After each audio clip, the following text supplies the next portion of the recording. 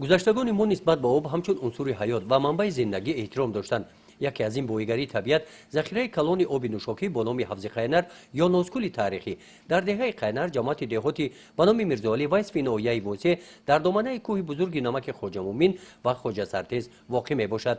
از روی بازیاف‌های تاریخی معین بگردد که در عصر نو شاه هولبوگ از همین حوض تا قلعه هولبوگ با واسطه قبورهای گلین سفالی خطیاب گذرانیده است. ذخیره آب قینر اگر حساب کل حجم عمومیش در یگان چیز حساب کرده نشده است، ولی حساب اگر کل‌هایی که در اینجا بوده و دایره‌های در اینجا بوده به حساب بگیریم قریب 40 تا کولی خوردی ای حجمی ای یک هکتار تا 5 ساتیخ 10 ساتیخ بوده وجود داره.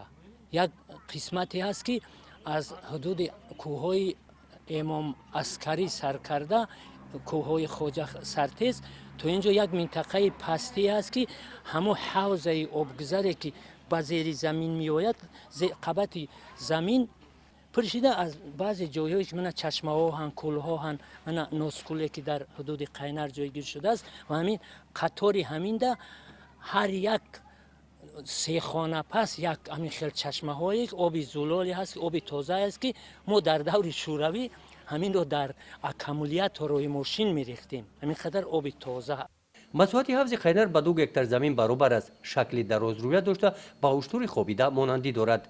که اشتر خواب کرده است. روایتی هست که اشتر آمده است. البته اینا روایت افسانویان ولی حقیقت ریالیش است. میبینم با چشمشون درباره این روایت و حکایه ها میبافند. روایت دیگری هست که میگویند که اصل برآمد اسب خوشذات خوتلانی همین چشمه میباشد. اسبی روایتی است، افسانوی است، ولی مردم این رو دیده گفتند. افسانه خود از خود نمیبراید. وقتی که ما آمده بیم سالهای 58 در حدود وی مویهای خیلی کلان حجم بودن که وقتی که بیگاهی بعد افتا فرو رفتن از هوای تازه باید مویی هم نفس بکشد. در ساحل می برآمدن دهانشان رو کشاده صدا می برآوردن. فکر همون مویی رو اگر نگاه کنیم قریب به فکر اسب به مانند است. بنابراین مردم خیال میکردن که این اسبی آبی است و اسبی آبی نیست، این افسانوی است، ولی ماهی‌های خیلی کلان حجم گوناگون داشتند. در برابر این ناسکول مکانی ماهی‌های گوناگون و چنین پرندگان هم میباشد.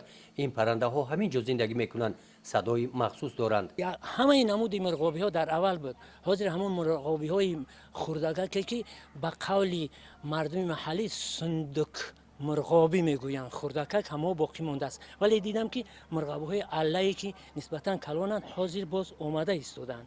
یک دوری اون رو بسیار ویران کرده بودند. ماهی های گوناگون داشت. این زمان آبی هست به 3 سمت جاری است. مردم آن را همچون آب نوشاکی و شاداب نمودن زمین ها استفاده می نمایند. سالهای پیشین آبی این حوض تا دهه‌های همسایه جاری بوده. میگویند که در دهه بهارستان سنگ آسیاب را تاب میداده است.